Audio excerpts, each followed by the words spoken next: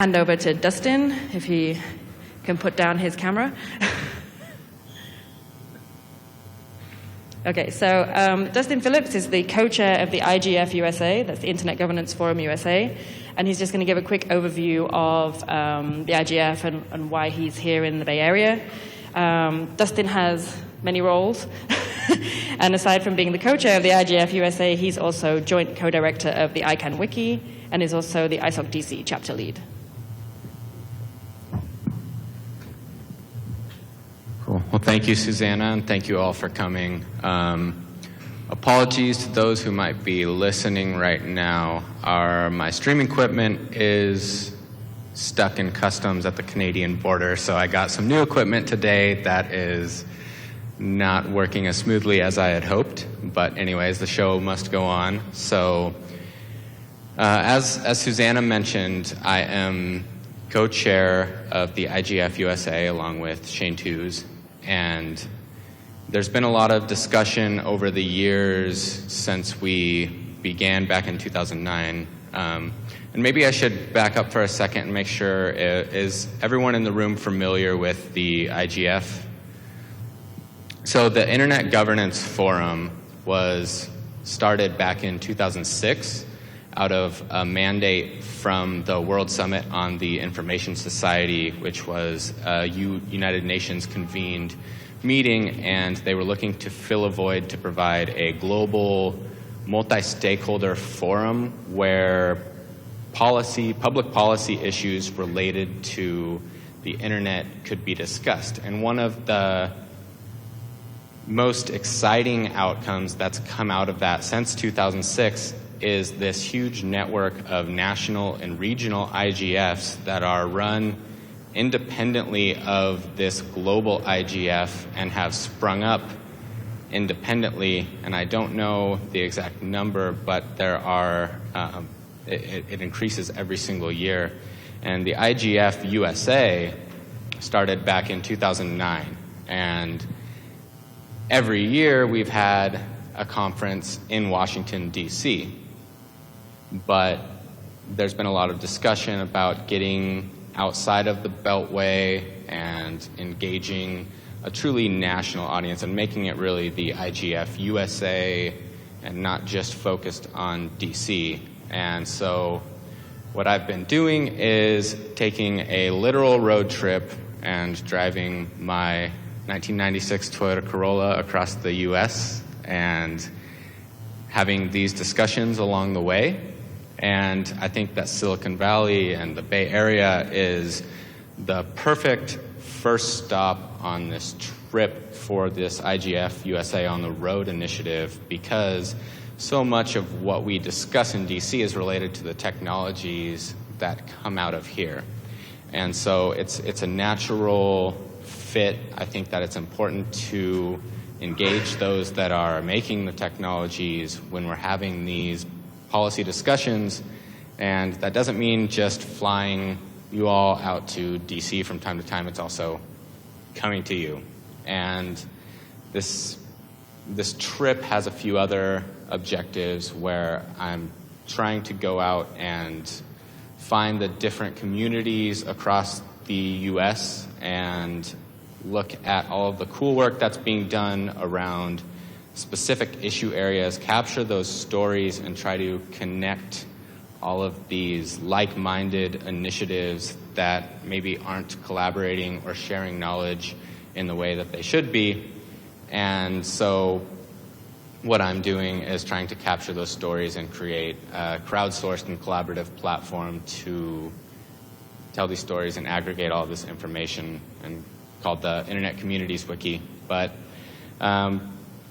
now I'd just like to, thank the Bay Area chapter of ISOC for being so open to collaborating on this initiative, and Cloudflare for hosting us, and all of these great panelists here. And I guess at this point I'll hand it over to Daphne.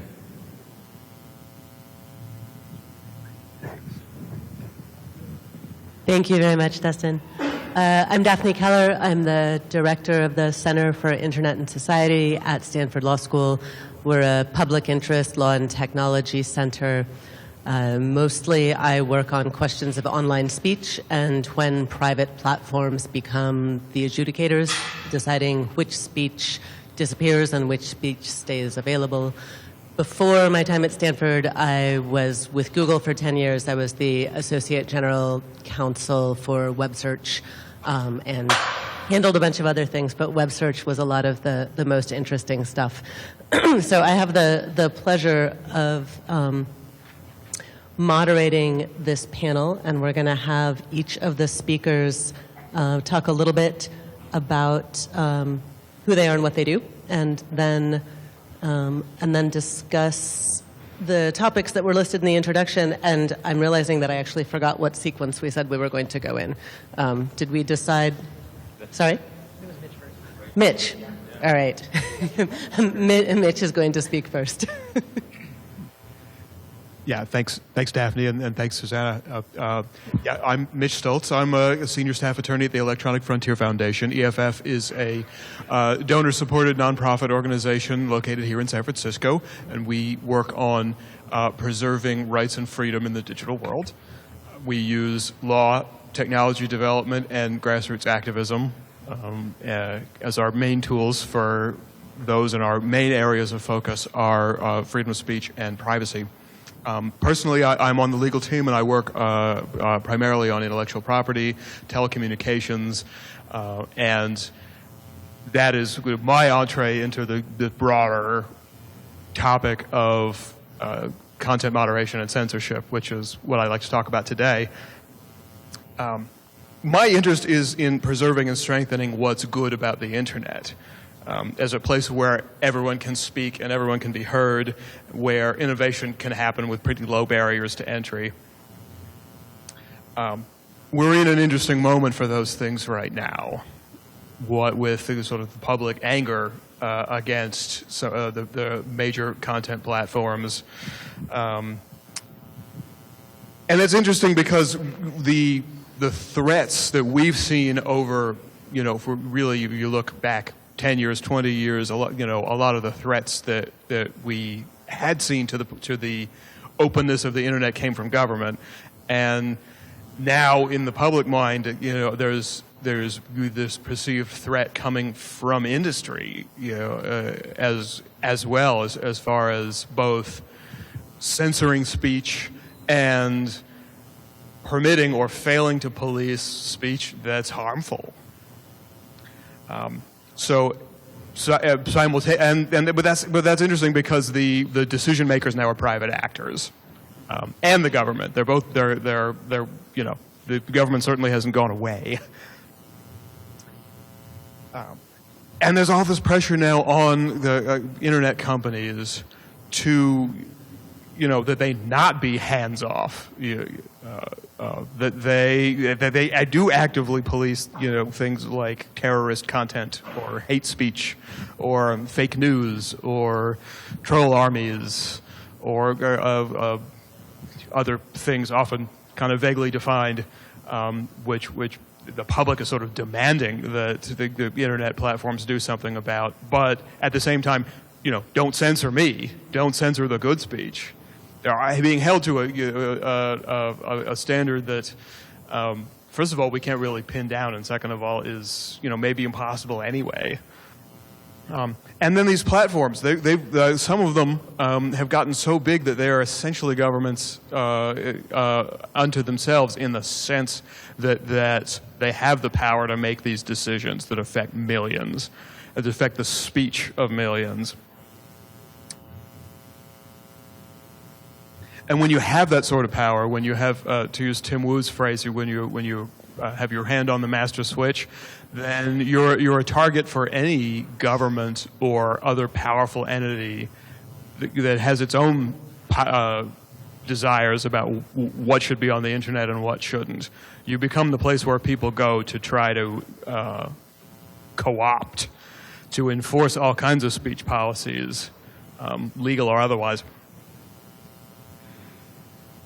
And then at the same time, that we also have the battle for net neutrality, and that's related because it's talking about the rules for who gets to decide about what goes on the internet and what doesn't, but it's aimed at a really specific class of internet companies, and that's the last mile internet service providers.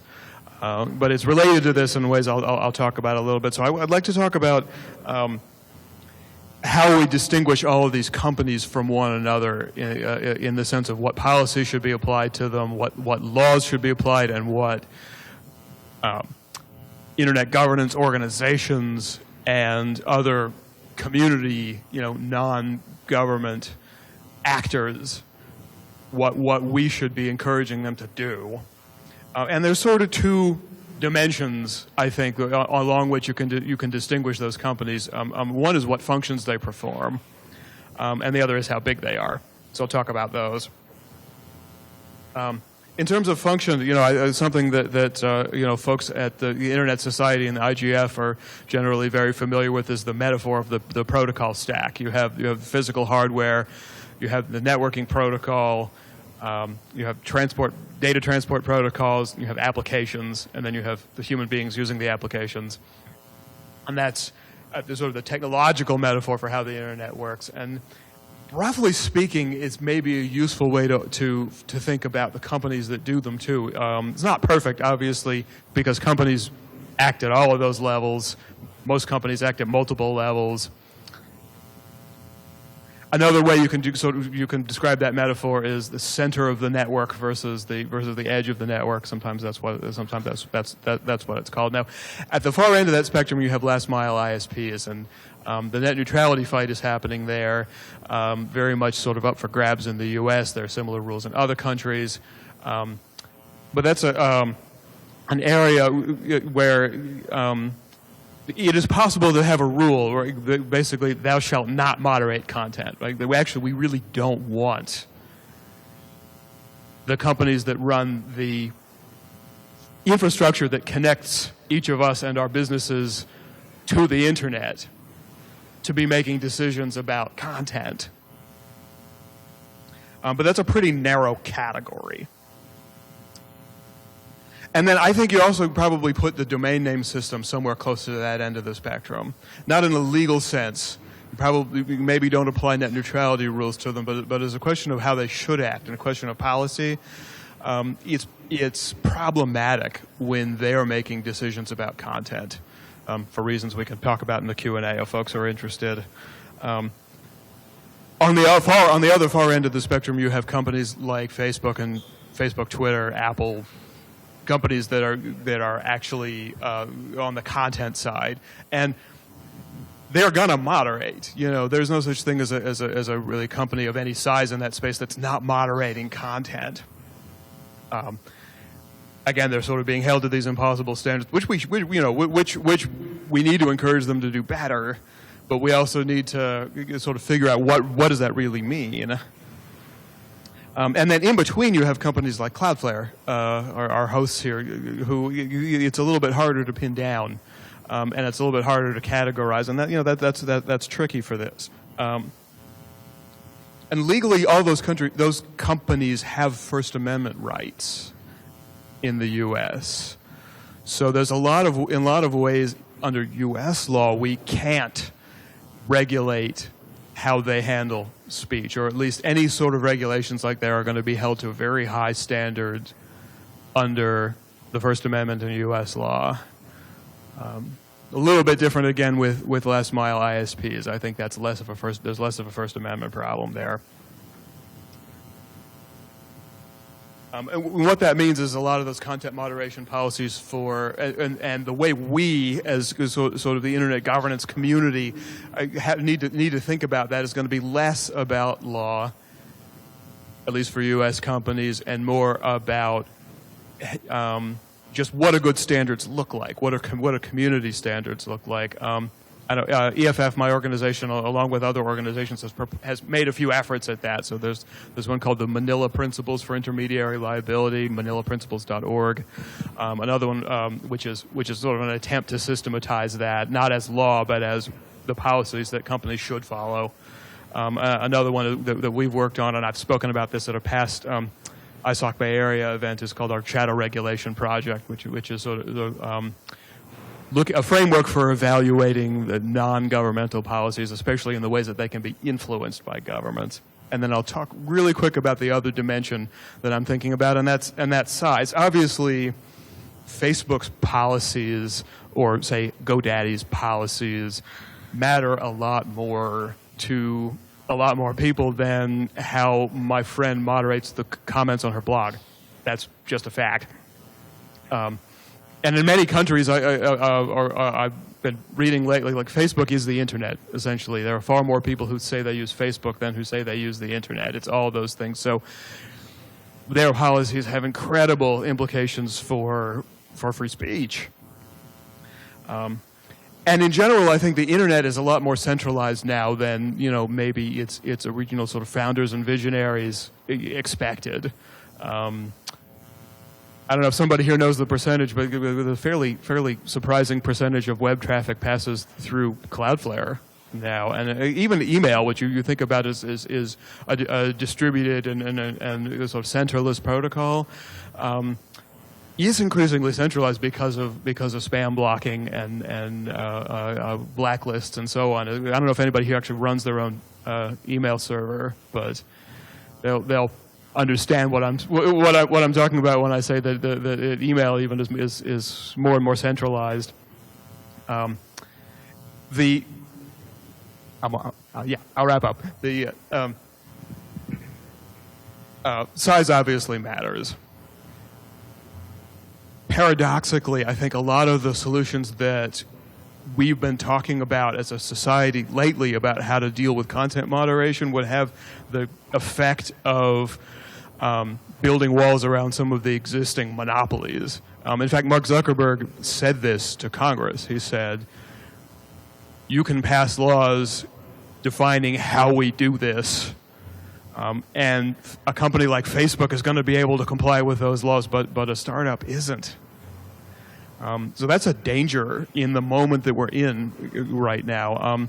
One way to look at that, and one solution to that, I think is going to be to tailor whatever policies we come up with, whether they're laws or not, based on size. And we're using a model like you see in the financial world. So we put greater requirements on big banks than on small ones. We put greater requirements on big employers than small ones when it comes to employee benefit rules.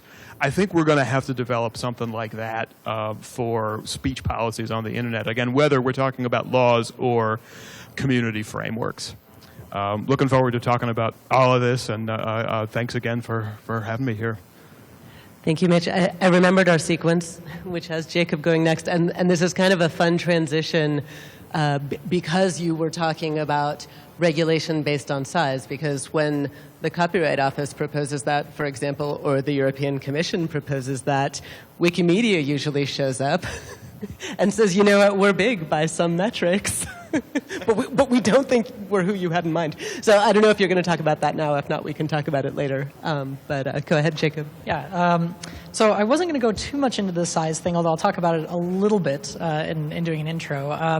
I feel like I follow Mitch, though, well, because he was sort of talking about the, legislation and policy side, and I'm going to follow that up with the judicial and enforcement aspect of it, at least a little bit. Yeah, so what I want to talk about is the differences in a bunch of countries around the world that affect all of these different internet projects, and how the law of what is territorially defined nation states is interacting with this system we've created that can be accessed from anywhere in the world, and that ideally would be the same for everybody so that everyone can collaborate together, but in reality is not quite able to be that. So let me give a quick intro first. So my name is Jacob Rogers. I am a legal counsel for the Wikimedia Foundation. I primarily do litigation, primarily international litigation for the foundation, which deals with a bunch of different cases in a bunch of different countries. I'd say primarily in Europe, but sometimes in South America or Asia, and a little bit in the United States.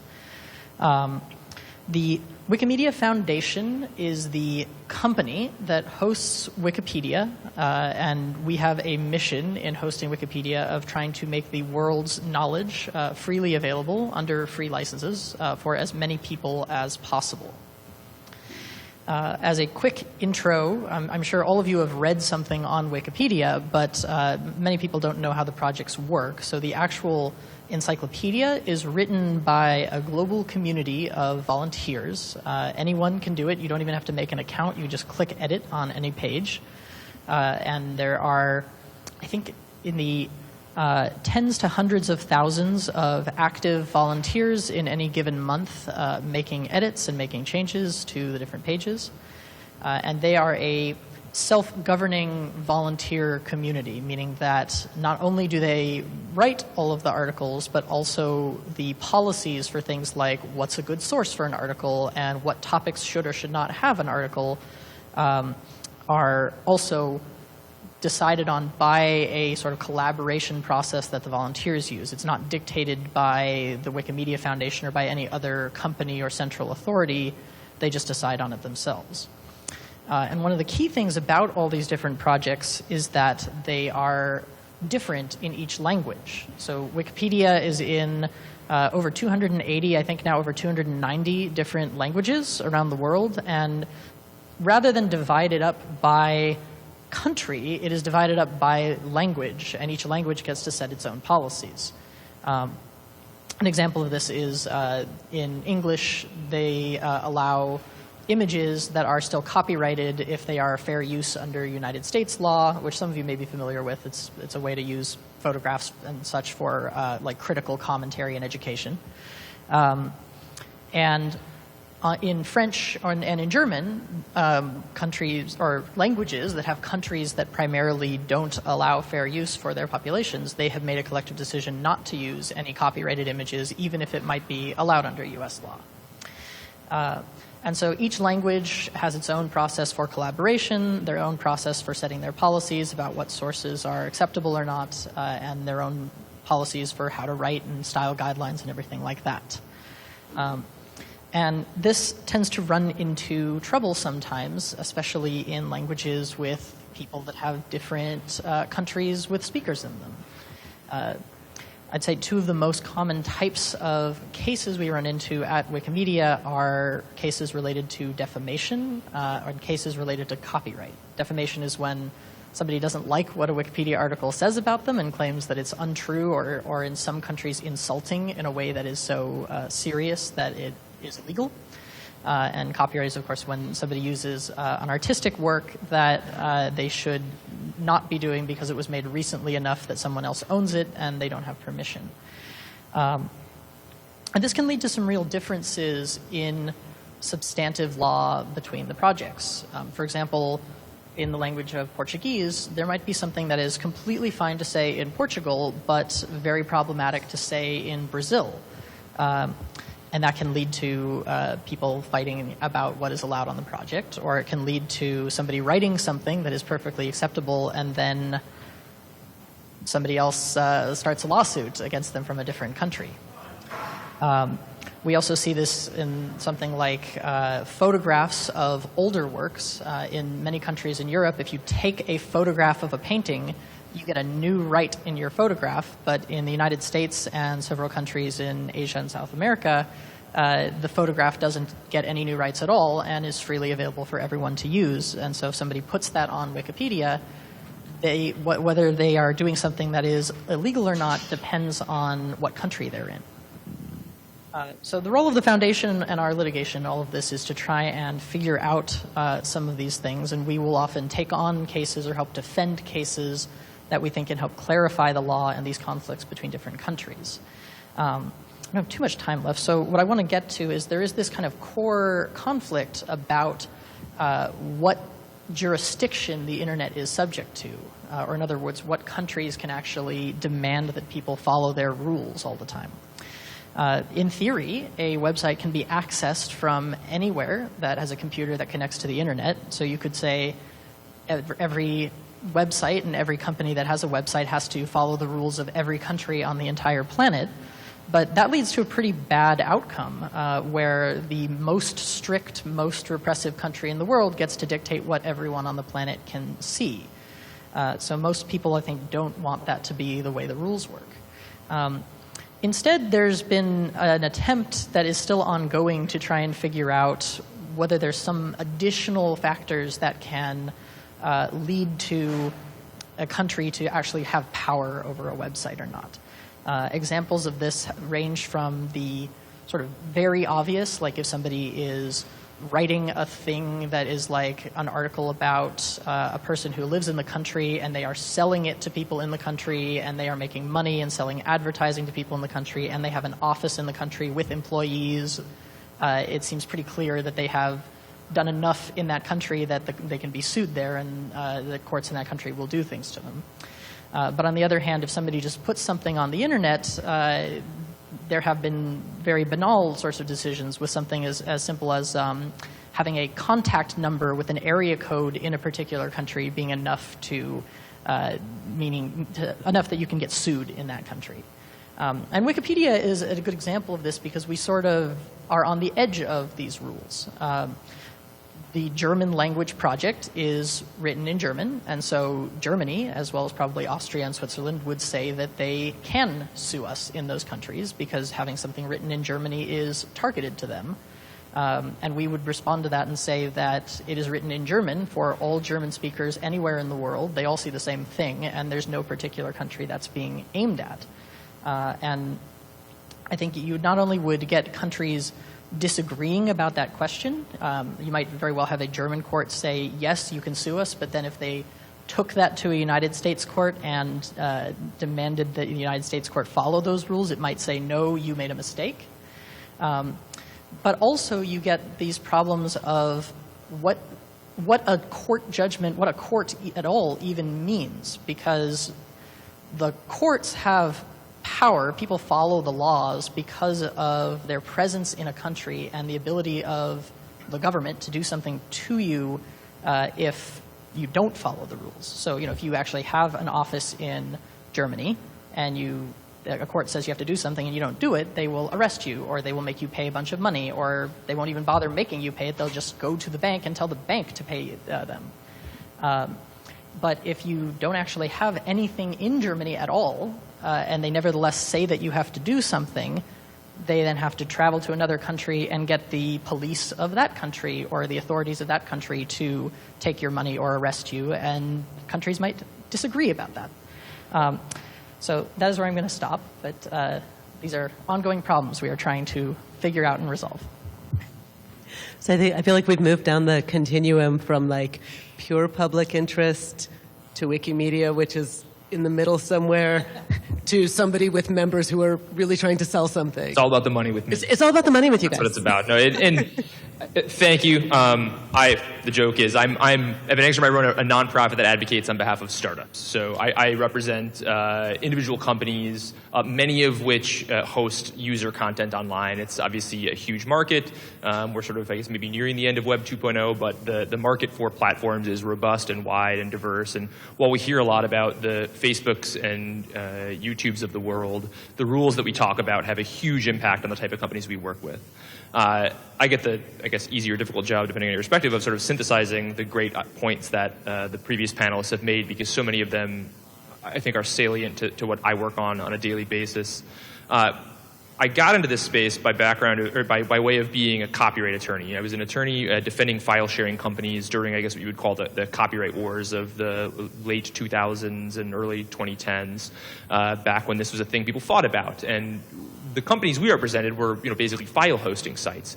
It was very, very difficult before this for everyday internet users to send large files on the internet. It was just something you couldn't do all that well, largely because the regime around how you did that involved significant compliance burdens and regulatory risks associated with hosting content that is either illegal or copyrighted. And we were finding platforms wanted to follow the laws and wanted to be a medium through which people could exchange information, and they simply could not comply with the laws as written because there was really nothing they could do to insulate themselves from the huge liability risk. Part of that has to do with the fact that a lot of the laws around intermediary liability were written by the content industry. So copyright, I think, is a great example here.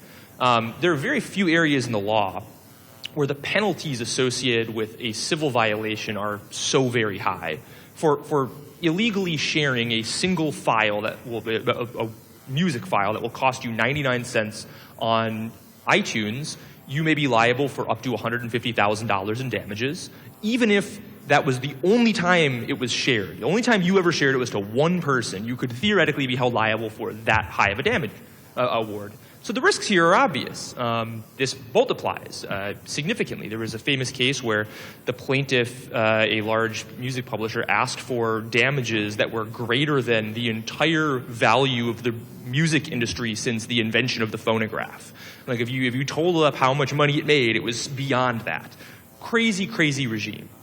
So from my perspective, the concern we have for startup activity is high risk, high penalties, and sort of difficult, ambiguous requirements for compliance.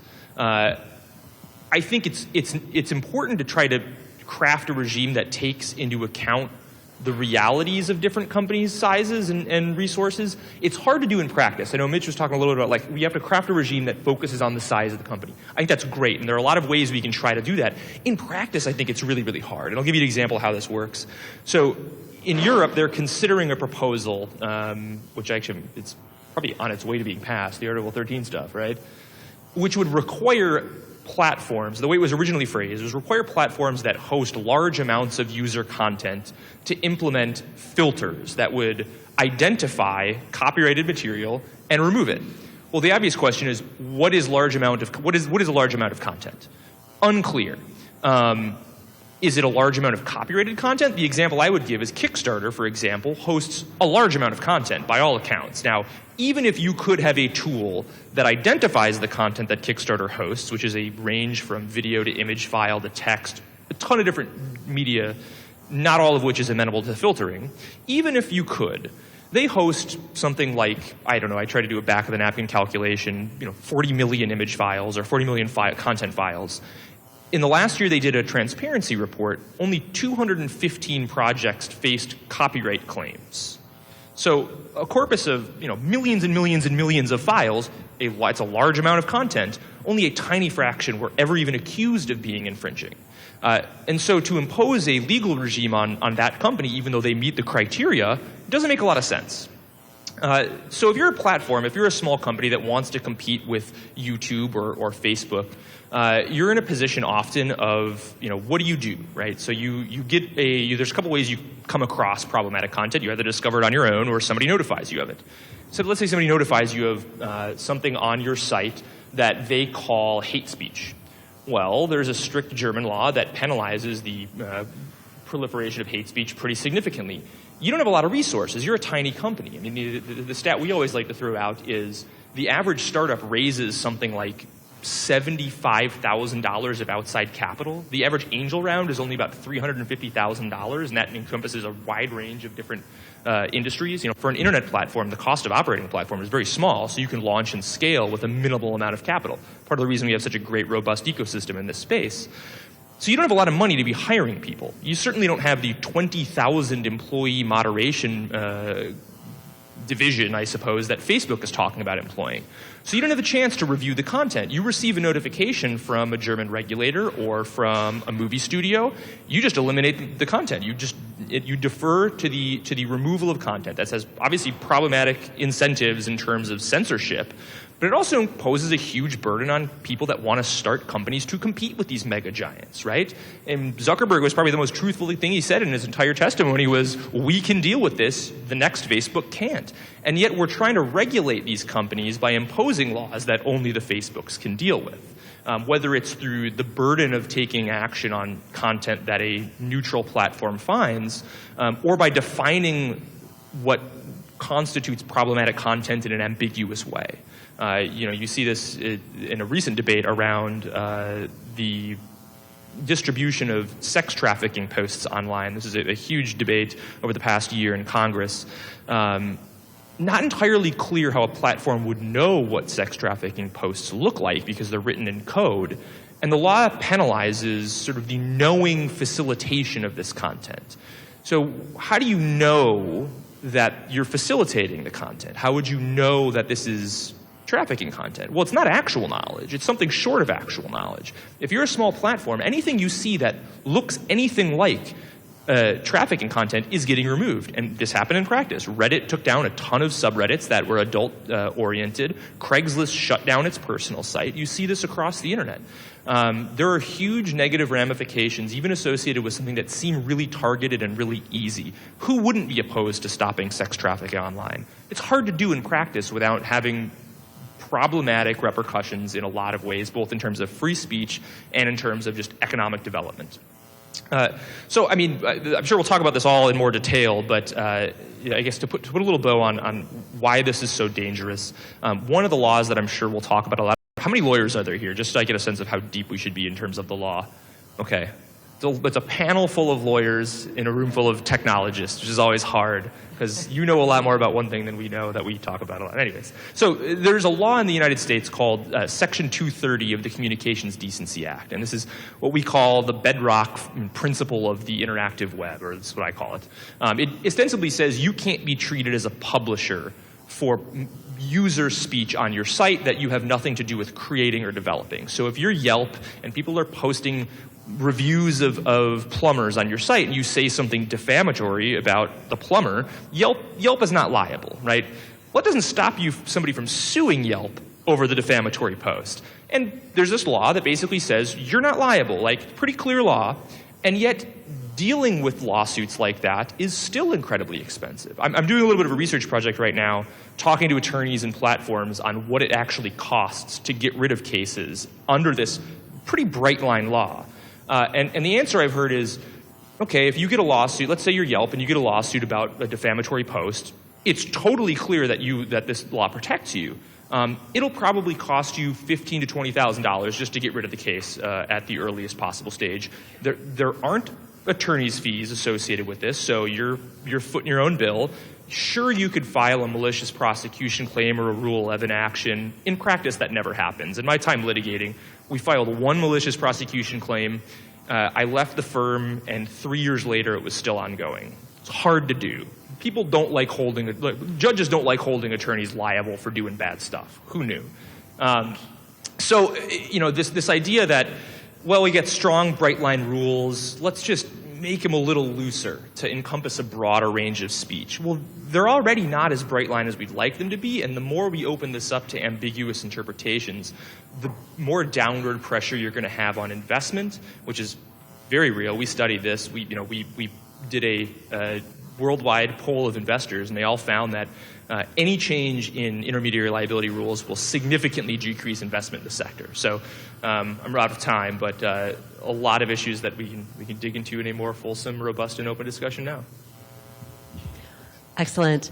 So we've got a small group here, which I think means we can have a relatively intimate discussion, and hopefully, a lot of people can get to talk. I am going to, I think I'll sort of alternate trying to ask questions and provoke things that I think I know that we want to talk about, and taking questions from you guys. So I'm going to start with a question for Mitch, and then you guys please chime in, because I bet you have thoughts on this also. You talked about the sort of the it would be hard to make a lot of American companies carry user speech they don't want to carry, because the companies themselves have First Amendment rights, and they would say, hey, government, you can't force me to host this political speech if I don't want to.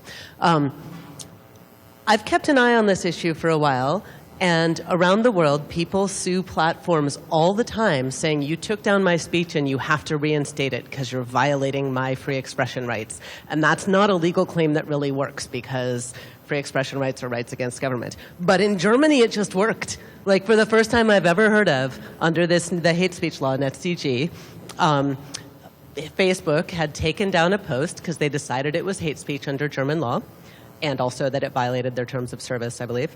And the person whose post was taken down went to court and said, Facebook violated my speech rights. And the court in Berlin said, you're right. Facebook violated your speech rights. And it ordered Facebook not to take down that speech anymore, and to let him put it up. So my question to you is, like, setting aside U.S. law, is that a good policy outcome? Is there a version of that where platforms, based on their size or their position in the layer, have to carry some things? And if so, what is their process for figuring out exactly what is and isn't legal and getting it right at massive scale every single day? I think that's really tough, and part of the reason that's really tough is the reason that Evan was talking about. Is a rule like that, however it's implemented, imposes a pretty strict compliance burden on a company, especially if they're getting pressure from both sides. You may not allow hate speech to stand, but if it's not hate speech, you have to leave it up. It's asking for perfect adjudication by a profit-making company of these really tricky questions that law students and philosophers like to wrestle over, probably 1,000 times a day. That's hard. Is that so? I mean, one way you could do that is a company could commit to doing that itself. They could do it with a contract. We promise that we will not take down the following sorts of posts. I've never really seen a company do that, except possibly for there's a website called Ripoff Report, which essentially promises never to take down anything, even if the original poster wants it down. As a way of fending off any possible sort of claims of libel or court order, or so that is possible. Is it good? Ripoff Report is a, as you might imagine, pretty uncensored, unfiltered sort of website, which is not all that useful and not that popular. We are mostly talking about for-profit companies, and for-profit companies are going to do what the bulk of their customers think is right. They're going to create a good atmosphere for commerce. So I don't think we're going to see that, except in maybe in some niche circumstances. But hopefully what we will see is competition and a variety of platforms with a variety of different kinds of content moderation policies, so you can get a little bit of the market making those decisions, to a degree. No. You want to go? Sure. So, I mean, I look at that and I hope very much that is, as Mitch was saying, a very niche thing that is not going to go anywhere else. Because I think that both, like, censorship and orders to take something down are really concerning, but I also think that orders to force something to be kept up are really concerning, because both of them run into the autonomy of the individual users on all the sites we're talking about that are filled with user-generated content, right? We are in this situation where you've got a cacophony of free speech rights. There are the rights of the person whose post was made, the rights of the company, potentially, but also the rights of all of the other people who are contributing content and participating in a conversation.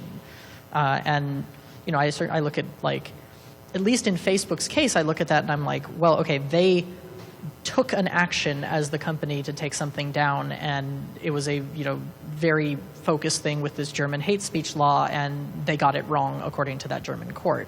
I would be very concerned if a decision of Wikipedia editors that the foundation had nothing to do with was now demanded to us that we actually put an article back up, or if there's like a subreddit somewhere being moderated by a 15-year-old in Arkansas, who I don't know why I picked that state, right? And like that person is now somehow liable for like taking down a post from that subreddit that they're acting as a moderator. Like that, the expansion of that is like very concerning. I don't think we'll ever get there here, largely because I think Congress is totally non-functional to do something that crazy, but also because there's such a respect for private company speech rights in so many ways.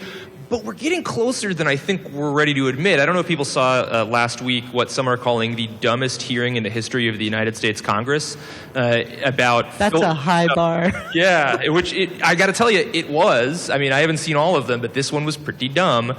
And it was about filtering user speech on social media. And they brought on two right-wing commentators on Facebook, Diamond and Silk, who alleged that they had their speech censored by Facebook.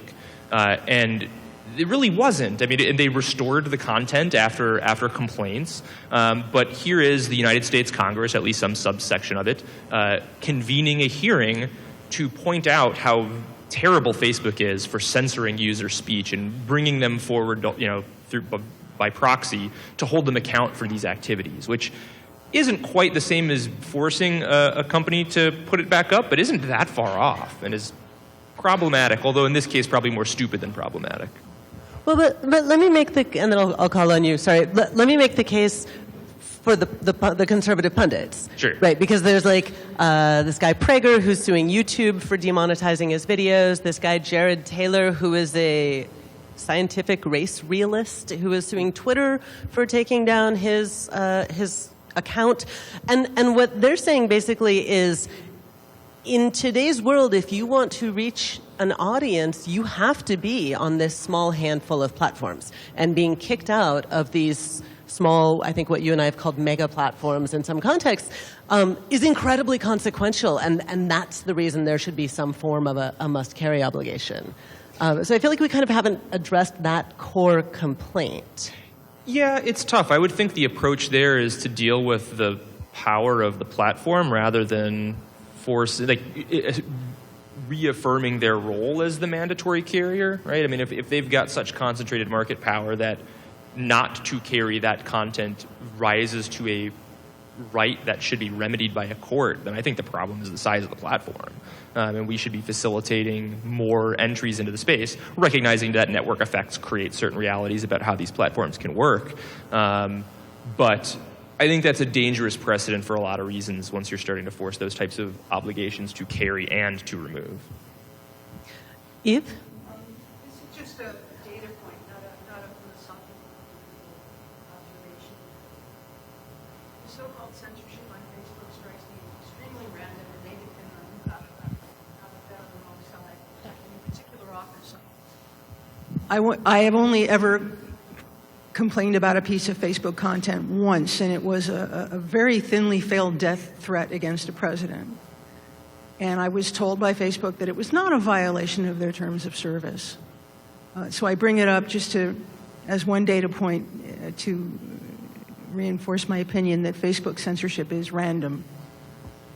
A colleague of mine at EFF was invited to speak at that hearing. We declined, but I think if we had, what we would have said was essentially that. We would all kind of be, in a strange way, happier if we could just point you and say, look, Facebook, has a political bias and it's censoring that it's censoring based on, because at least that's some sort of rubric.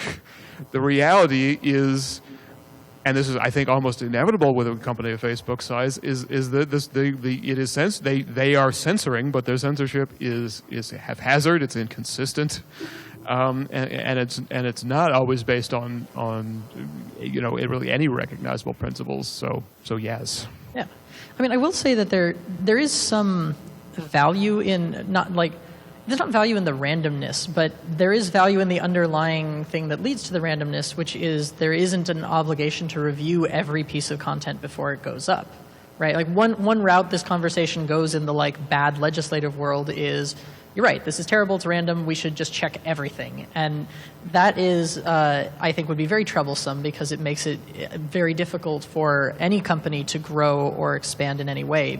The ability under the Communications Decency Act is that people can just upload stuff, and you don't have to be an editor as a company. Not everyone has to be the New York Times.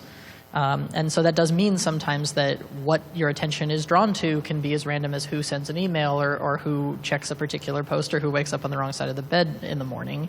And I think we all want to make that better and less random and understand the policies more and actually be consistent with policies. But we don't want to try to fight the randomness by just making every single thing have to be reviewed either, because that totally inhibits the ability of the internet to grow and people to contribute. Quick point there on the difficulty of censorship is a sort of anecdote that I heard recently, which is the most popular video or internet presence for extremists is an imam who doesn't actually advocate for extreme violence, right? Nothing that he actually says literally calls for it. Is the fact that he is popular amongst a certain group that does advocate for extremism make that content terrorist content? I don't know. That's a hard question. It changes over time. It's just a very, very hard line to draw. I've been thinking about that problem. I don't know how I would handle it. Imagine having to review millions and millions and millions of posts. Maybe you see some, maybe you don't. Different reviewers have different opinions about things. It is invariably going to be an error-ridden process, even when you have like kind of binary checks, like, is this file in our data set? Sometimes that's hard to match if there are distortions in the file. Like, even when it's clear, it's not clear. So ambiguous problems when it comes to the type of content, I think, raise significant challenges for companies.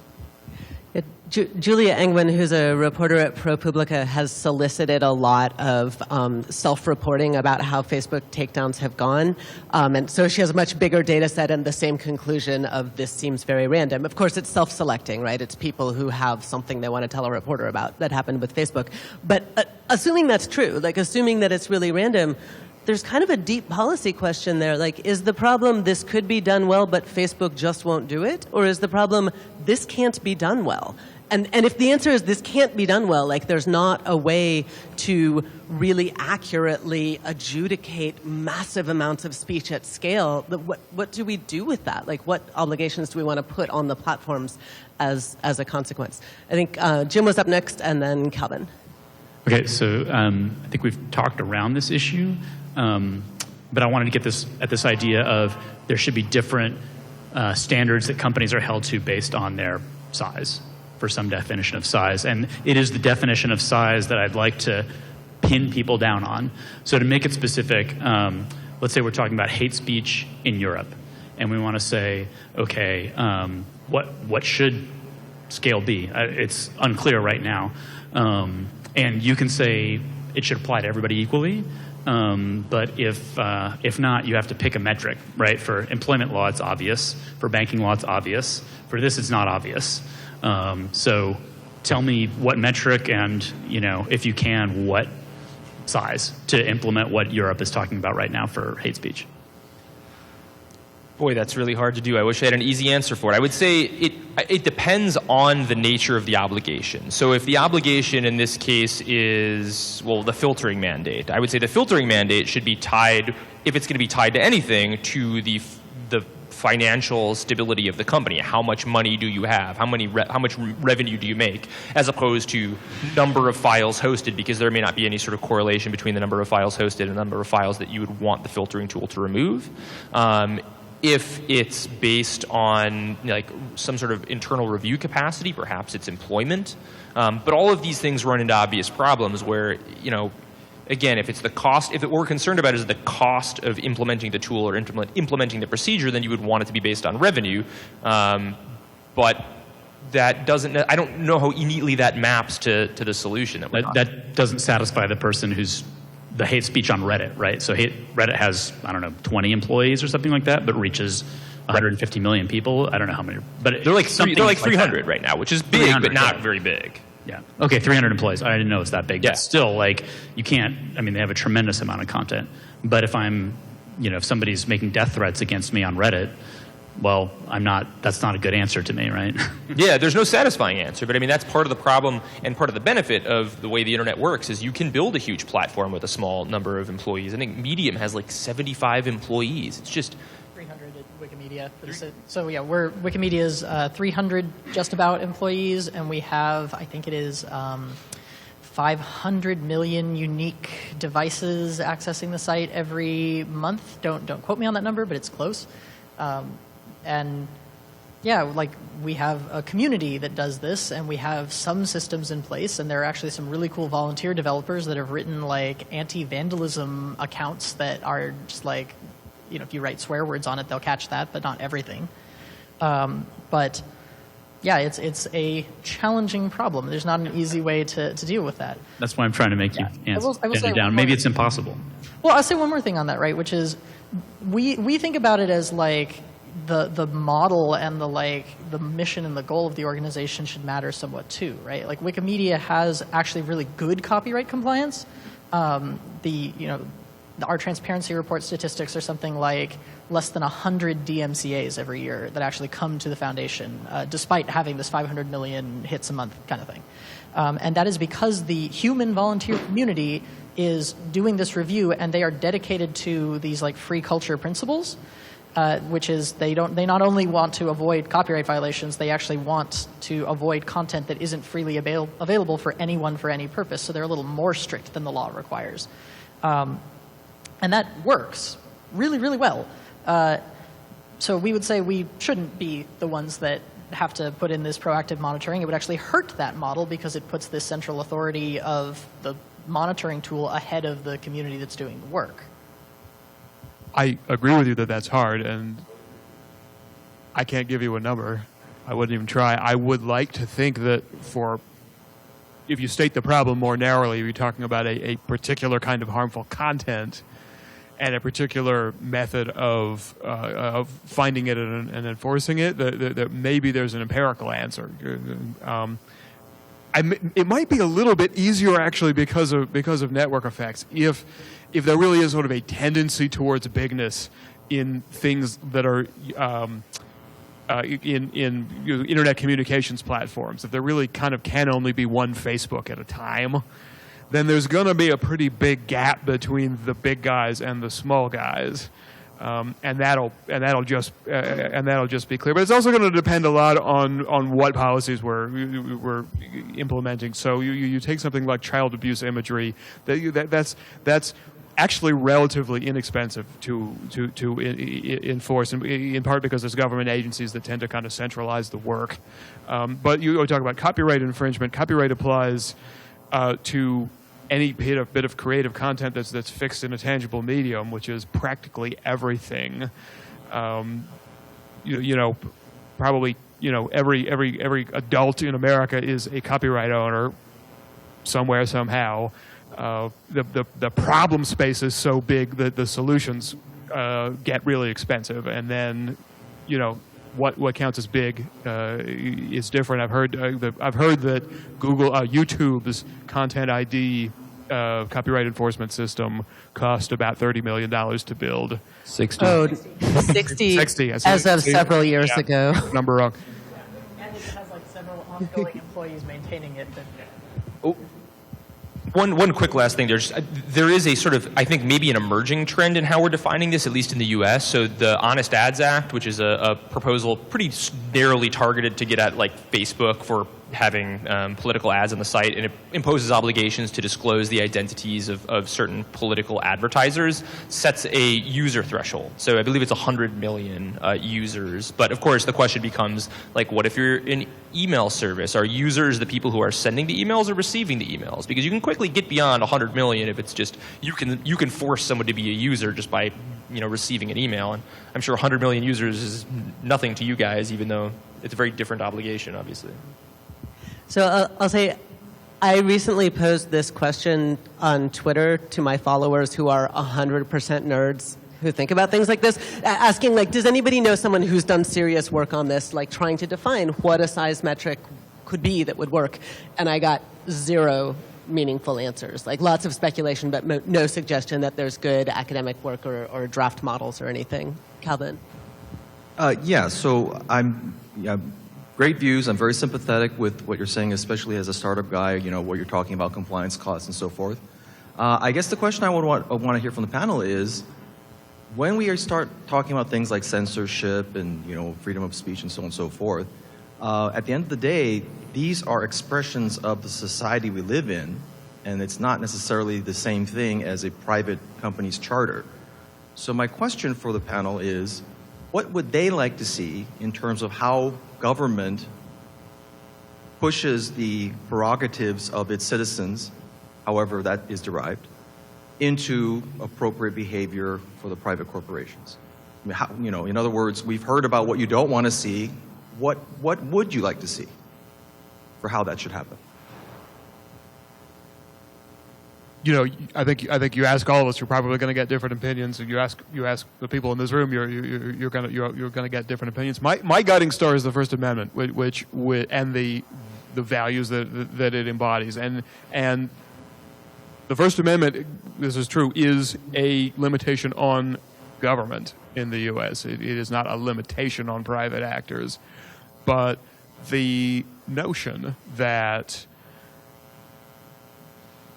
speech, for the most part, should be free, that limitations should be narrowly defined and shouldn't grow by implication. Those are the values that at least I think that this society holds, and that I think work well for a global internet. So there is again, I'm not a lawyer, but there is a corpus of law that says that the freedom of speech does have limits itself, right? So I don't think it's really correct to say that freedom of speech is the end-all be-all, right? Again, my question wasn't, whether freedom of speech is good or bad. But obviously, I think it's good. My question is, how should this interaction occur? Because, as was mentioned previously, right, these large platforms have tremendous power, right? Tremendous distorting power upon the system, and we've seen that, right? Whether, how real that was, I don't know, but I don't think anyone disagrees on the potential of that, distortion. And so, I can't say that I disagree that this is a possible clear and present danger to our present system, right? And so the question would be, how can this be addressed? How are the ways that constructively this danger can be diffused without, fast forwarding in time 10 years when Facebook 2 comes out or whatever? Well, one thing I can say to that is that if governments are going to express the will of their citizens with respect to what internet intermediaries should be doing, then they should be expressing it in a transparent, democratic, and politically accountable way, not through quiet pressure and indirect influence over those platforms. So yes, there are limits on speech. Yes, governments can and do enforce them, but they ought to do them by saying this is our policy that we think Facebook et al. Should follow, not through quiet meetings with Facebook, and not by giving them quid pro quo on unrelated regulation, and not by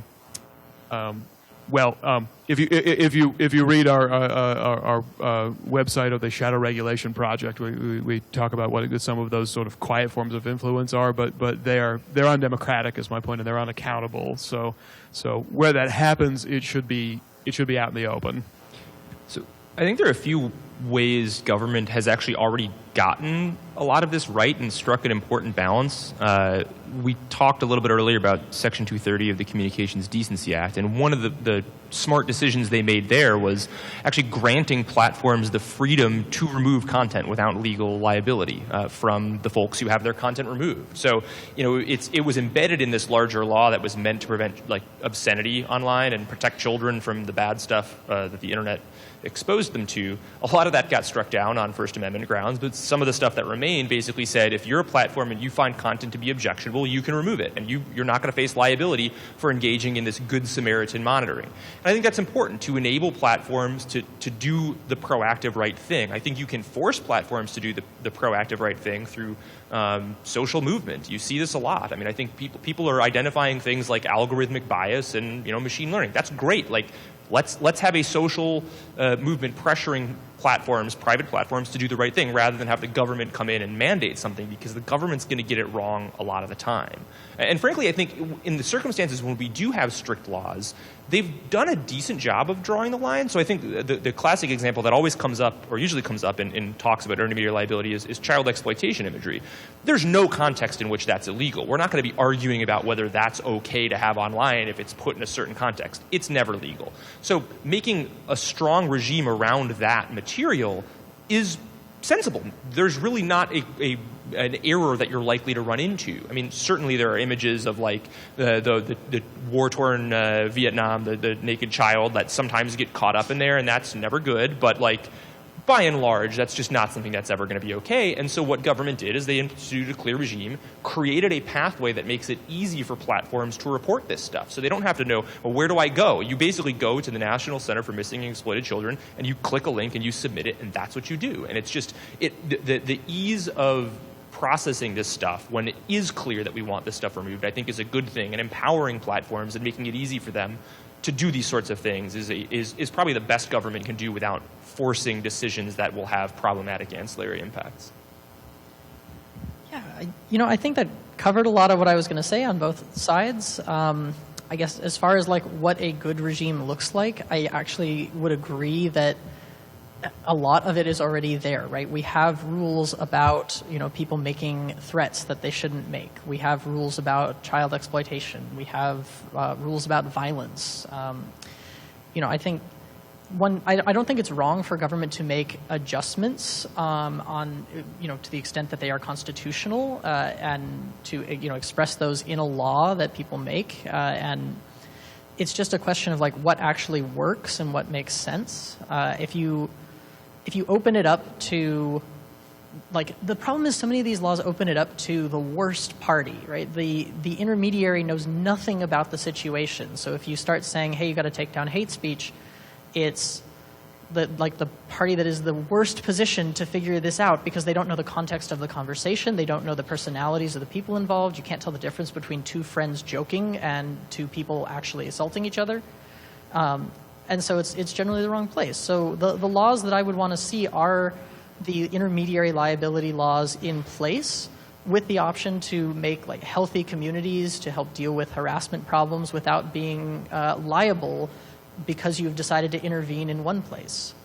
And I think that is the right balance. And I think that we've seen that when that balance is actually held in place, there are laws in place to stop really bad actors. The example with the CDA 230 thing was Backpage, and they were indicted. There was this whole change, the Sesta Fosta thing. They made all these rules about stopping sex trafficking, but Backpage was indicted before that law was signed, and it was old criminal laws, the classic like tax evasion stuff, that was actually used to get them because they were a bad actor, and they didn't need a bunch of new laws to solve that problem.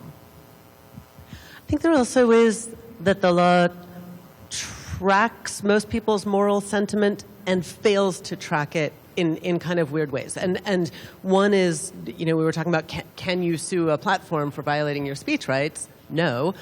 But you can sue a platform in most countries because you were defamed or because of hate speech or because your copyright is violated. And so the law there is already set up where the person who wants to enforce one kind of right, a reputational right or a dignitary right, can sue the platform and get them in trouble. And the person who wants to enforce this other kind of right, a speech right, can't sue the platform and get them in trouble. So there's this extremely lopsided push toward one right rather than another built into the law. Another way that I think our moral assumptions aren't captured very well is, I think a lot of people, even civil libertarians, say, there's speech that is legal, but it's totally offensive, and as a moral matter, platforms should take it down. It's hate speech, or it's bullying, or it's people ganging up on women on Twitter. And the sort of difficulty there is, I think, when we say platforms ought to do it as a moral matter, even though this is legal speech, that makes sense if we're thinking of the platforms as being kind of like the ballpark or a restaurant or our house, where you can say, I'm going to kick you out because you're being an asshole, right? Like, I don't have to track the law. I'm going to shut you out because what you're saying is not okay. That makes sense for the ballpark or a restaurant or our house. But if we think that Twitter and Google and Facebook and YouTube are more like the public square, they're more like this necessary place people need to be able to go to communicate lawful speech, then it's weirder to say, well, you can kick them out for being rude, even though what they're saying is exercising their speech rights. So I don't think we've navigated that very, very well at all. Yeah, go ahead. I got a question's a bit weird, maybe. So a lot of thought leaders have described the situation that we're in now as being somewhat an experiment on world democracy. right?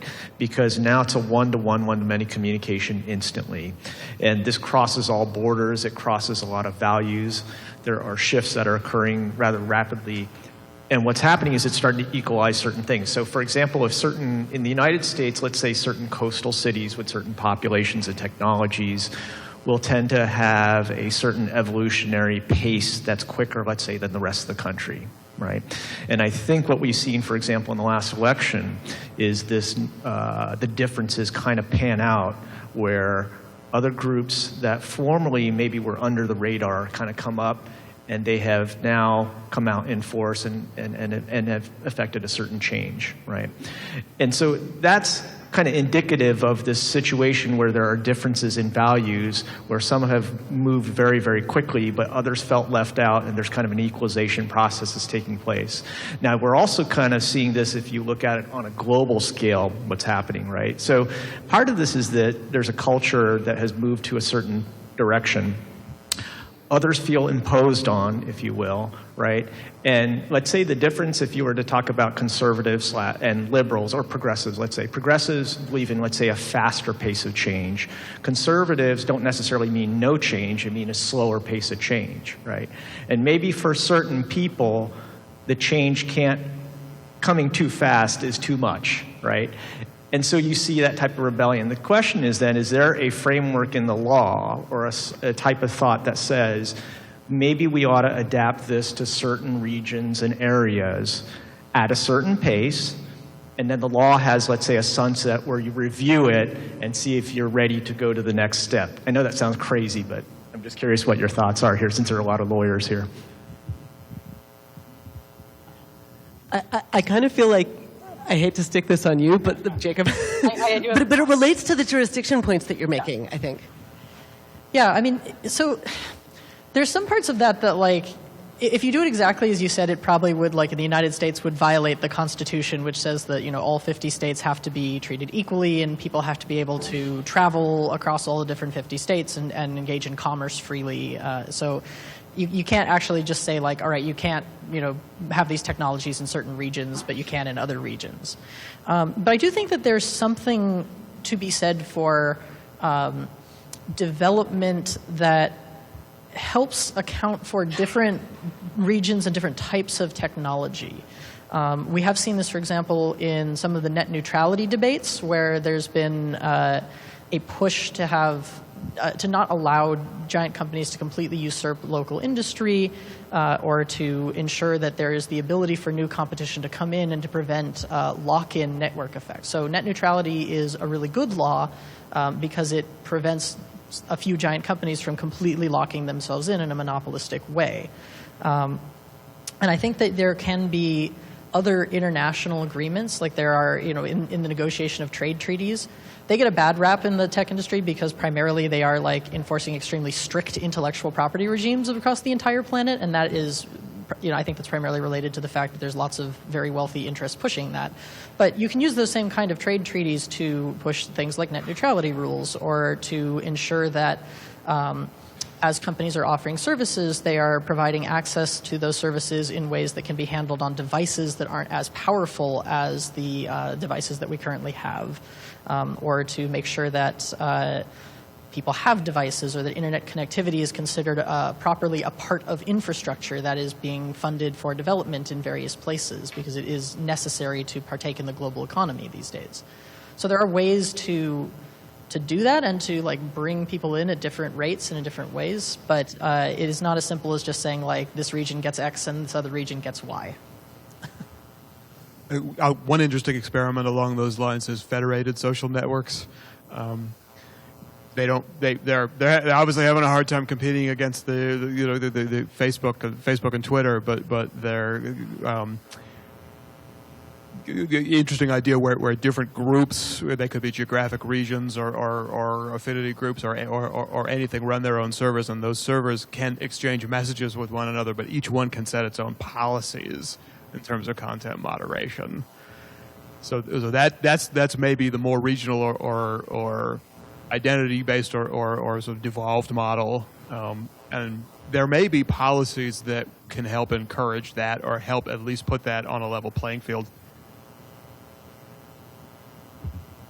So that actually leads into a question that I'd been wondering about, which is we talk about how competition plays into this and how, you know, sort of we wouldn't have to worry as much about Facebook's speech policies if there were 5 competing Facebooks, or about, you know, Google's if there were 5 competing major search engines, et cetera. But what is the remedy? Suppose competition law were a tool for that. Competition law, this is not the case, this is counterfactual in the United States, but like competition law did have a response that said, hey, you're too big, we're going to break you up just because you're big, and that's making you an information gatekeeper. What would the remedy look like? You know, because competition remedies are things like, okay, we're going to undo Facebook's acquisition of Instagram and make them be separate companies, or we're going to separate YouTube from Google web search. But that doesn't address any of the things that we're talking about here. So is there some concept of a competition remedy that creates more platform diversity? So there may have been an example of this. And that was U.S. versus Microsoft. So 1998, the U.S. Department of Justice sued Microsoft for attempting to monopolize the web browser market, and the result was the court decided not to break up Microsoft, but it put some requirements on Microsoft as far as requiring them to license or make space for competing web browsers and various sorts of checks on their conduct. And it changed their behavior. They actually started like bringing lawyers into more meetings. It was sort of, I guess you know, libertarians would call that a terrible outcome. But there's a belief, and there's evidence for this, that even though those seemed like weak sauce at the time, it was those remedies on Microsoft that actually provided the space for Google and later on Facebook to emerge and to not be essentially killed in the crib by Microsoft the way that they had done to Netscape and some others. So it's not so breakup, you know, maybe isn't necessary, but it's there are remedies that provide breathing space for the next thing. It's different in the tech world, right? Because the competitor is always different, right? Google is quite, what Google does is quite different from what Microsoft does, and what Microsoft did and does was quite different from what IBM does, which was the previous sort of tech monopolist. It's not doing the same thing better. It's doing something else that we didn't know we needed. Yeah, there's a. Okay, there is like a challenge in how powerful network effects are in the tech world when you're talking about this, right? So you can imagine some utopian ideal where there's just 5 Googles, like Bing is actually a completely legitimate alternative, and everybody just, you know, instead of laughing when I say that, everybody's like, oh yeah, you can use Google, you can use Bing, it's all basically the same. If you don't like how one displays the results, you just use the other one, and there's like 3 more companies just like that. But it's hard to actually imagine that working, because the thing that makes Google kind of better than everything else is the trust and reliability that people have that it has everything. I mean, I work for a company whose goal is to make all of the world's knowledge available. We're not aiming for 1/5 of the world's knowledge. We're aiming for all of it.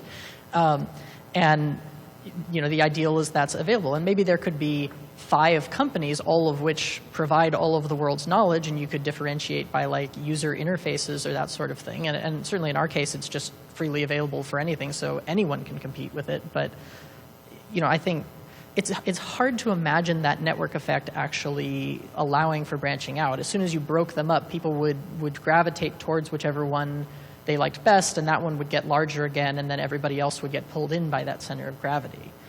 I think if you were going to do it in some way, it would have to be more about the unbundling of services. You can say this one thing that is the best search engine that has all the information can be there, but that can't be used to, you know, tie in the sale of their own video services or their own book services or these other things. They have to get out of those markets and let a bunch of other people do it and then use their search engine to just rate which ones people like best or which seem to have the most relevant information.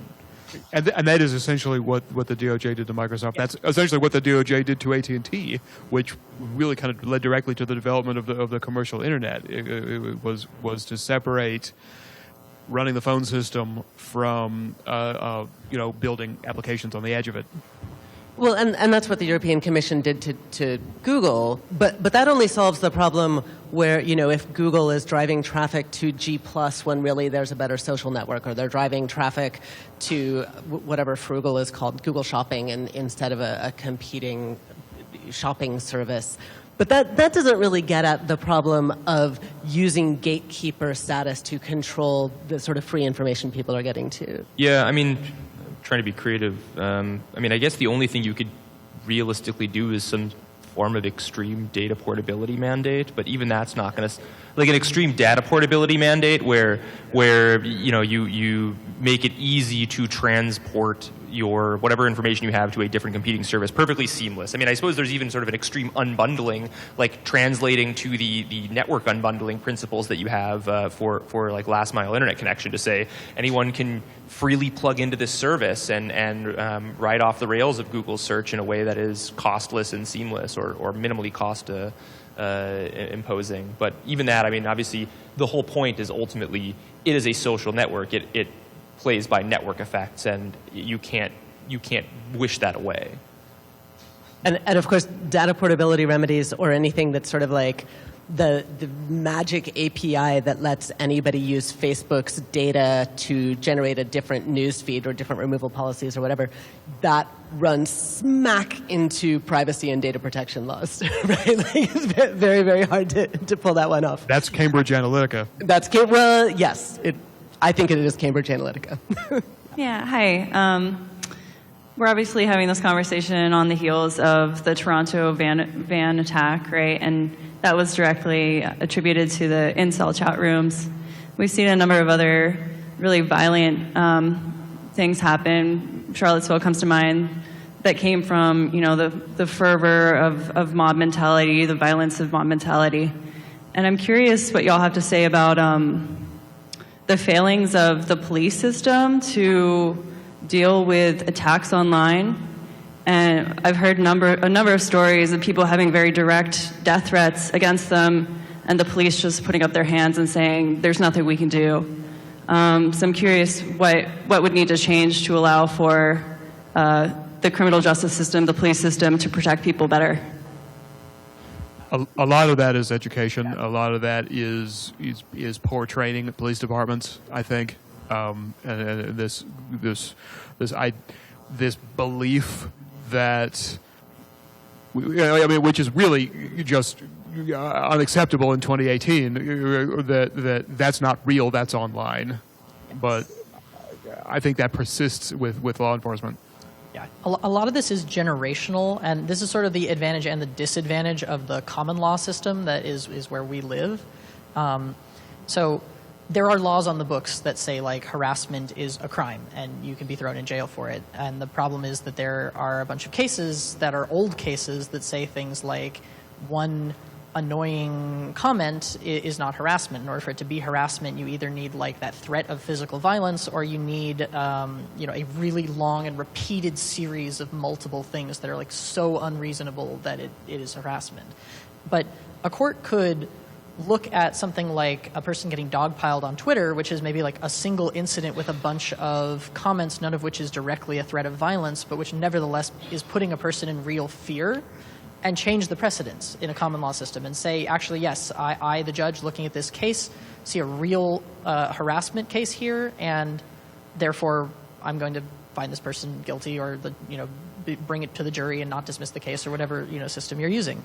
And I think as judges get more educated in these issues, they will be able to do that.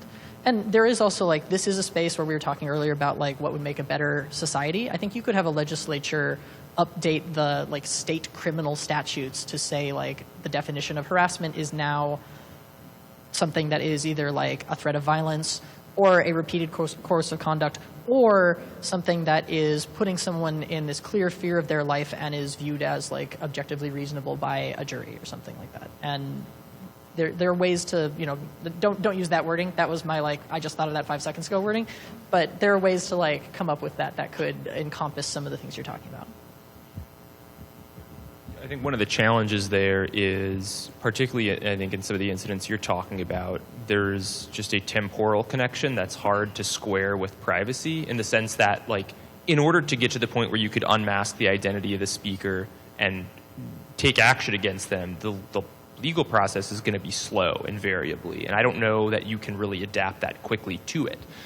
Fighting over unmasking anonymous speakers online is a slow and laborious process that doesn't lend itself well to addressing that problem, which is why I think a lot of it has to go down to platforms themselves enforcing important norms of civil behavior. I think a good example is Medium. The way they've designed their site is to say it's not commenting, it's you're publishing. Let's put a little more responsibility on the things that you're saying. Let's design the site in a way that doesn't allow for this sort of thing. But there's always going to be the fringe of the internet where this stuff happens, and I think it's difficult to square privacy norms with the rapid response necessary to take action there.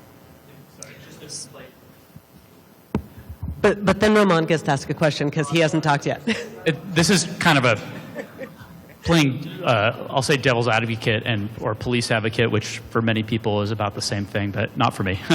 But in the case of Toronto, or we could talk about Parkland, very different facts. I don't think the Toronto van driver, as far as I know, had actually done anything that was directly hateful, and I don't think it's actually even illegal to say I think I might drive my van down the sidewalk and mow people over, as far as I know, if it's not directed to a specific person. Even if it were, though, we don't really think that person should be thrown in jail or have their driver's license confiscated. What even in the sort of miracle police action, what should they have done? Or in the Parkland case, I think probably that person should have had their guns confiscated. But they couldn't under Florida law. So I think the fact that people say there's a police failure in Parkland, but it's actually not at all clear what the police really could have done there. So I think we want to, as internet platforms, say it's the police's fault, but it's really hard from their point of view in many of these cases as well. So. I think there's also a little bit of there's kind of a First Amendment issue here, because the changes in law that Jacob is talking about would be changes in the face of First Amendment precedent. And this is why, there's some First Amendment scholars out there saying we need to change the rule about what kind of threats can be punished by government. The kinds of threats that were deemed not serious enough and therefore protected by the First Amendment 2 generations ago should be deemed serious enough now because of the way that internet communication is different. And I'm not proposing that. I'm saying that to answer these questions, we need to wrangle with a really tough, legitimate First Amendment issue there. Roman. Yeah, I have two questions. So first one is that the platforms are becoming much more technology driven. And not only in the how they're structured, but also in how the moderation and filtering works. And some of the tech leaders are saying that we just need a better AI in order to tackle all of those issues. How do you think that would work? I'm skeptical, but I would think that it would bring a different type of problems that we currently are facing. And what are those problems? The other question is that, so basically it's... Wait, sorry, it's too echoey. Say the question again. Sorry. So what do you think would be the problems that are brought by implementation of the artificial intelligence into the moderation and filtering systems? Okay, good. Okay, and then go. That's the first one. And second one, it's not necessarily important what's taken down, but what's shown on top.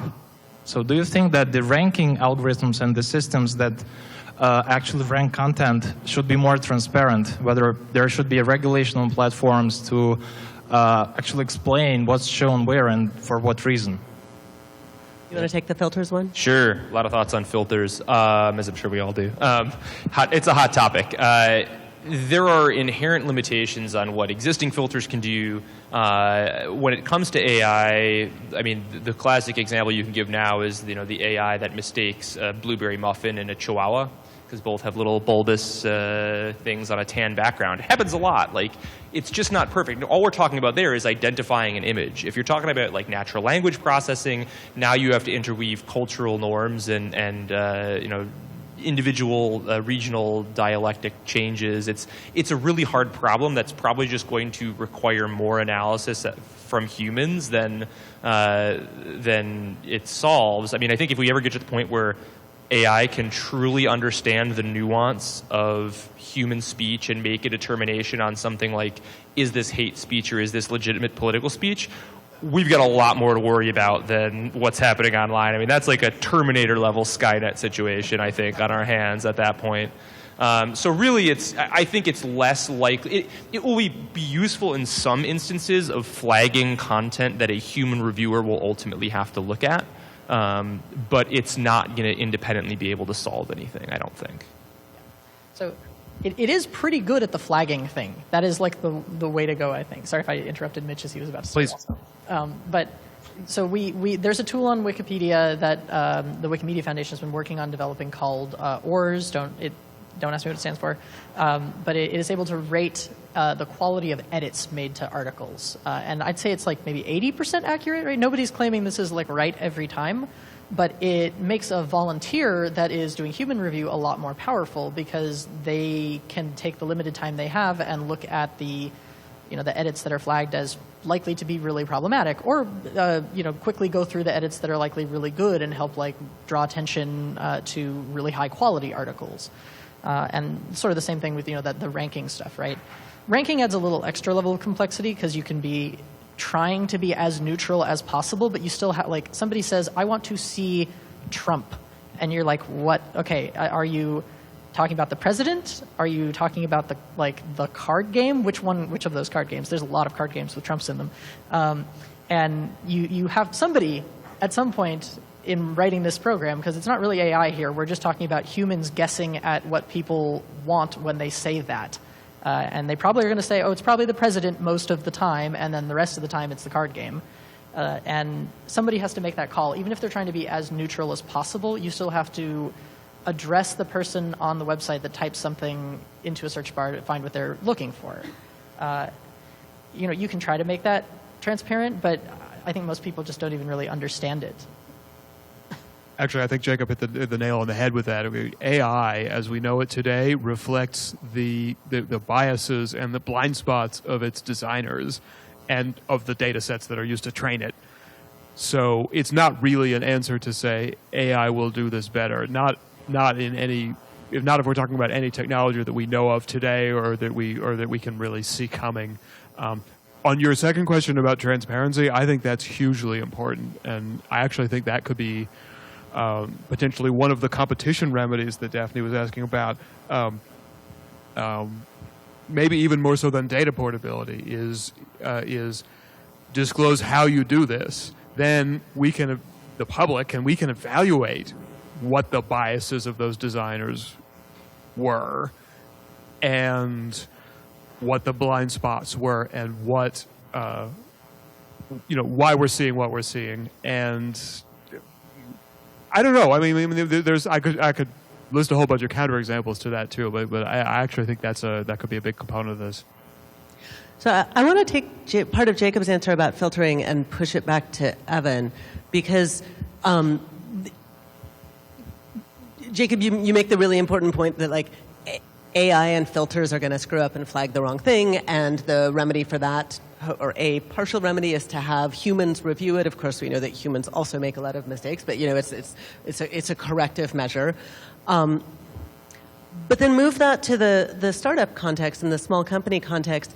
If we do wind up in a world where filters are mandated, and I think we all have issues with that, but suppose we do. Suppose that the European Copyright Directive mandates filtering.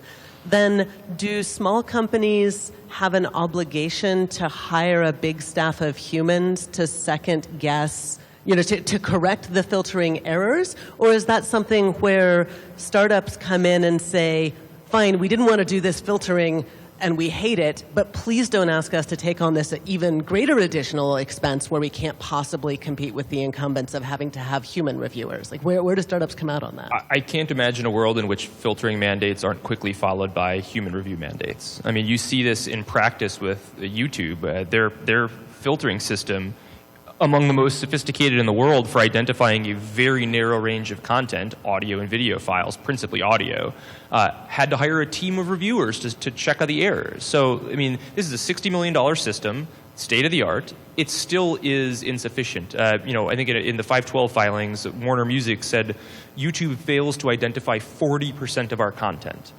40% is getting through because of slight glitches in the problem. And this is, again, all they're doing really is matching beats in an audio file. Like, that's what the system does. If you can't do that, you're gonna mandate human review, right? So YouTube did this as a matter of business practice. Enough people were complaining that their state-of-the-art system was letting stuff through, or probably in more circumstances, blocking stuff it shouldn't have blocked, and they responded by hiring people. If you are a startup and you're forced to do filtering, you're not going to be able to hire those people, and you will lose users.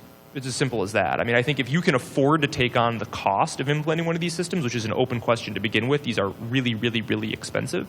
And let's say you can afford that, and you can't afford to hire human reviewers, you're just not going to be in business. Like, they're going to force you to do it, or you're going to be out of business. One way or the other, it's not going to work for you. What was the quote Zuckerberg had recently where he said, we're going to lose money on political ads in 2018 or 2020 because we're going to spend so much money on human review of political ads that it will cost more than we'll make. And that's a multi-billion-dollar market. That's an enormous market. So they are thinking of spending ungodly sums of money on this. I just can't imagine a world in which filtering mandates aren't going to either immediately result in companies shutting down at the small end, or government stepping in and saying those that survive, there's enough complaints, like you basically either through government pressure or through business pressure have to have human review. Calvin, and it sounds like we have 5 minutes, so I think this is going to be the last I got to question. back up a little bit. So one of the things I would point out, so three items. One is, Google, Facebook today versus Microsoft in the past. Microsoft in the past really didn't know a lot about us. Right, we bought their licenses, we bought PCs with their software on it, and that was pretty much the end of it. I would urge everyone here, if you haven't done it already, go to Google, go to Facebook, download the data they have on you, and you'll see what I mean. It's very different. So I don't necessarily think that the Microsoft situation applies, with Google and Facebook because of the ubiquity of the data they have on our behavior, on our social connections, so on and so forth. And even with Google, it's not really, the search is one thing, right? But it's not really just the search. It's Android. It's Gmail, right? It's AdMob with the Google Analytics behind it, right? That's a tremendous amount of data which is going to be possibly impossible to replicate by any entity. The second thing I want to talk about was you were talking about prosecution. So, I actually do this for a living, right? I'm not law enforcement, but we actually consult with law enforcement. And we had a case that we just concluded where a 13-year-old girl who was a minor celebrity was getting harassed by, it turns out, one guy. Right? To give you an idea how hard this problem is, law enforcement took 2 shots at him and missed because he was creating, to give you an idea, in one span of 90 days, he created 120 fake accounts. He was posting 300 to 500 posts a week on her Instagram feeds, right? And they literally could not keep up with him. So, and this is not even counting jurisdictional, national, all these other boundaries that are there, right? Just keeping up with all the stuff this one guy was doing was simply too much for law enforcement to handle. So this is the kind of thing, obviously this is an extreme example, but this is a real case, right? And we see these regularly where, it's revenge porn or it's a harassment case or, whatever, right? Somebody gets it in their head that they're going to just make someone's online life a living hell. It is very non-trivial right now. The laws aren't set up for it. Our national jurisdictions are not set up for it. Law enforcement is not equipped for it to be able to really handle this type of thing. The last thing you were talking about, YouTube. So I don't disagree with their numbers. I will point out one thing, that YouTube, a big part of their mandate is preventing improper use of copyright material. There are it's a multi-billion-dollar business of people sticking movies on there that they've modified so that they get through the filtering guidelines. So it's a little bit different than for most platforms, because these guys obviously are reaping,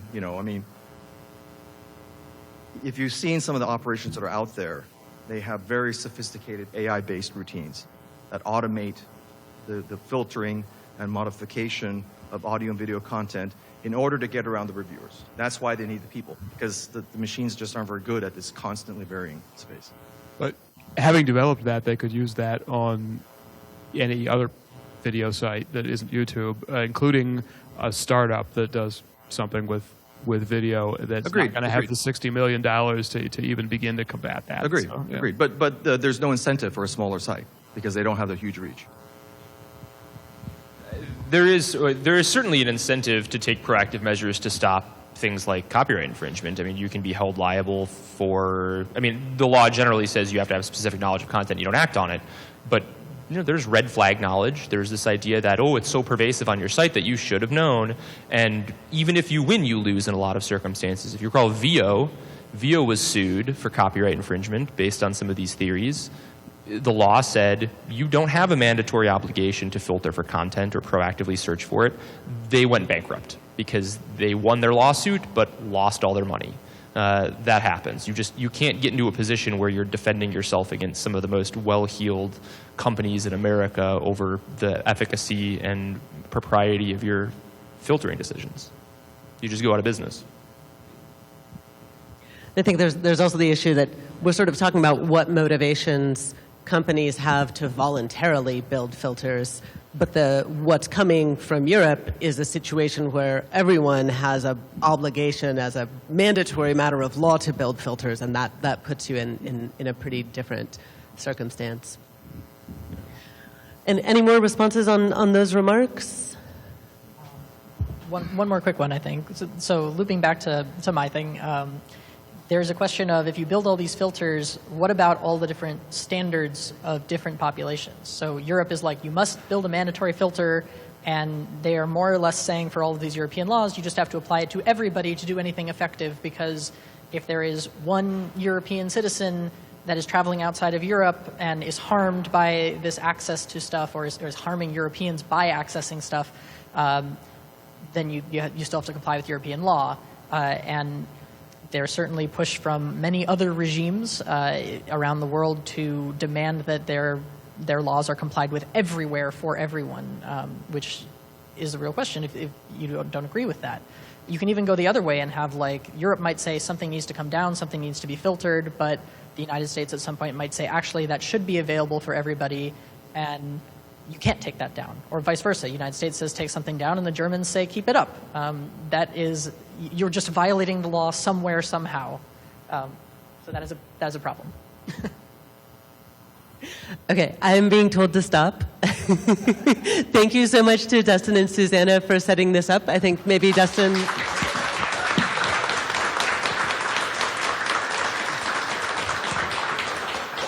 No, thank you all for joining us and having a great discussion, including the audience. And I just want to close and say that, these are the kinds of discussions that we value at the IGF-USA, and all of the planning is bottom-up and collaborative. And I would encourage you not only to engage with the IGF-USA as it relates to our event in DC, which will be on July 27th this summer, but also think about next year or at any point developing some sort of movement out here in the Bay Area, even if it's a small half-day event where you gather the kind of issues that are important to the community and get together and have these kinds of discussions. And we can build a stronger network across the U.S. using these IGF structures and principles, and get a great dialogue going and hopefully have some positive outcomes out of that. So thank you everyone for coming. And Susanna, do you have any closing words? Yeah, just to echo that, thanks everybody for coming. Thanks to the panel. Thanks Mitch, thanks Daphne, thanks Jacob and Evan over there.